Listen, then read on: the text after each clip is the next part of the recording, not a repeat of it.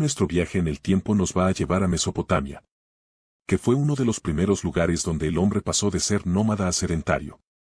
Si quieres saber cómo pasó, quédate en Historia de 0 a 100.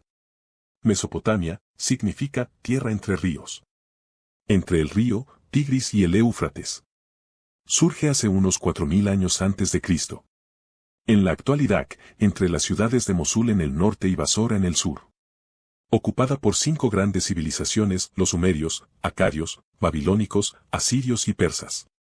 Ya en la época del Neolítico tardío, hace entre 12.000 y 8.800 años antes de Cristo, las comunidades empezaron a cultivar cereales y legumbres.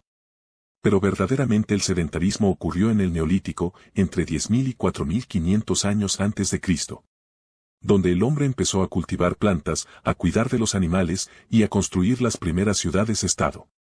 En la actual Cisjordania, en el 9500 a.C. en Jericó, hay registros de los primeros asentamientos sedentarios conocidos. En Mesopotamia surgieron las primeras ciudades-estado hace, entre 6500 y 3500 a.C. El hombre se dio cuenta que a las orillas de los ríos se podía cultivar y empezaron a surgir las primeras aldeas.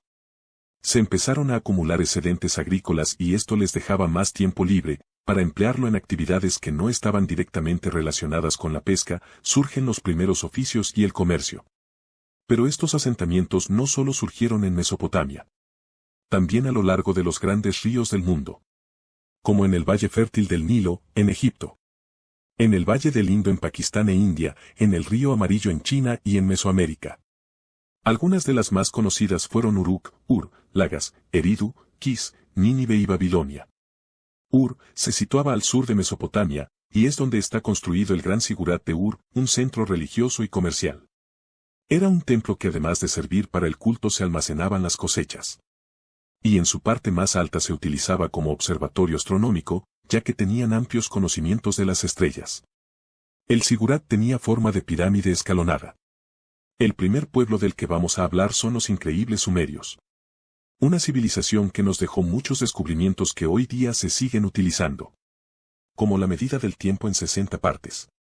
Los sumerios ocuparon Mesopotamia entre el 4500 y el 1900 a.C. Y nos dejaron el calendario. Observando las fases de la luna podían predecir las condiciones climáticas y así determinar los momentos más favorables para sembrar y cosechar. El calendario también marcaba las fechas de celebraciones y festivales de la cosecha o festival de la siembra. Además usaban el calendario para dividir en años, meses y semanas y así organizar las tareas diarias. Con él también podían determinar las fechas de pago de los impuestos y establecer los plazos en los acuerdos comerciales. Los sumerios creían que la posición de los astros podía influir en el futuro, con lo que se usaba para hacer predicciones. La agricultura fue un factor crucial en el desarrollo de la civilización sumeria.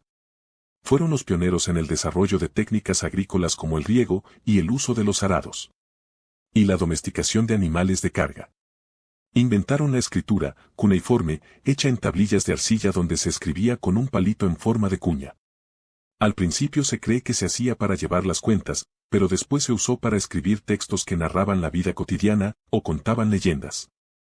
Empezó a haber una organización social y política. Creando ciudades-estado, con una administración centralizada.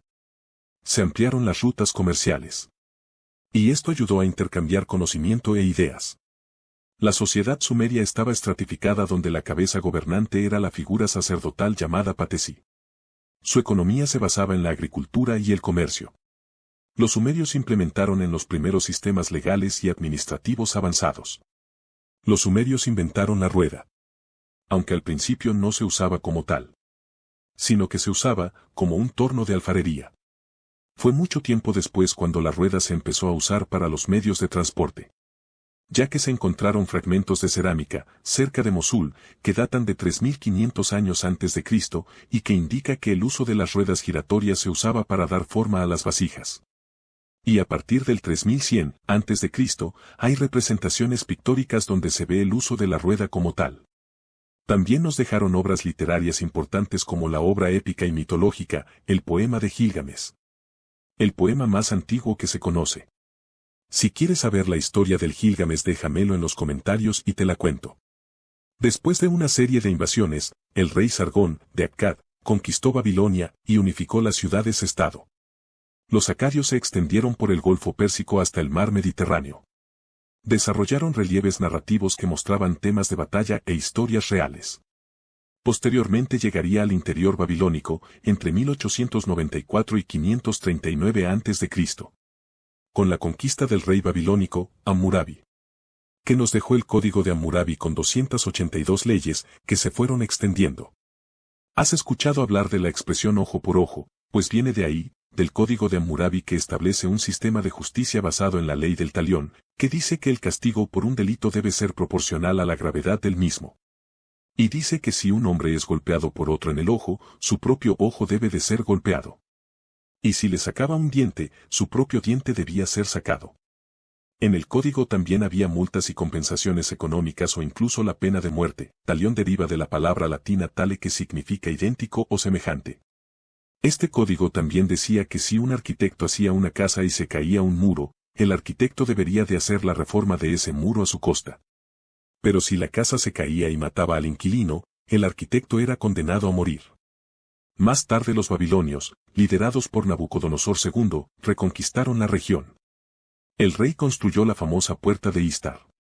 Además de los famosos jardines colgantes, que en teoría se construyeron para su mujer, porque echaba de menos su tierra. Pero hay historiadores que difieren de esto, porque no se han encontrado restos fiables de su existencia. Seguidamente llega el imperio asirio, que estarían hasta 612 a.C., en la ciudad de Nínive se descubrió el relieve de la leona herida. Además de esto, los asirios nos dejaron los famosos Lamazo. Posteriormente llega el imperio persa, que estuvo entre 539 y 330 a.C.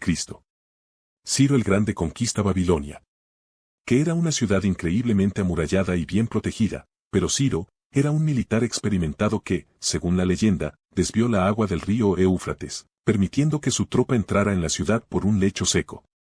Y en el siglo IV, a.C., el imperio fue conquistado por Alejandro Magno, que marcaría el fin del dominio persa.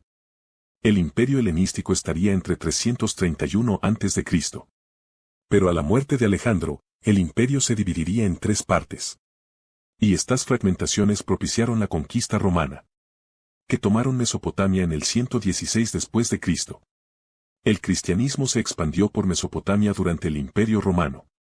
Y al caer en el siglo V, Mesopotamia queda bajo el Imperio Romano de Oriente. Siglo V, el declive romano y el ascenso de Bizancio. La caída del Imperio Romano en el siglo V después de Cristo marcó un punto de inflexión en la historia de Mesopotamia. La región quedó bajo el dominio del Imperio Bizantino, heredero del legado romano en Oriente. Siglo III, el resurgimiento persa bajo los sasánidas. Mientras Bizancio consolidaba su poder en el oeste, en el este surgió una nueva fuerza, el Imperio Sasánida. Fundado en el siglo III, este imperio revivió el antiguo esplendor persa, desafiando la hegemonía bizantina en Mesopotamia. Siglo VII, la conquista árabe y el nuevo orden islámico.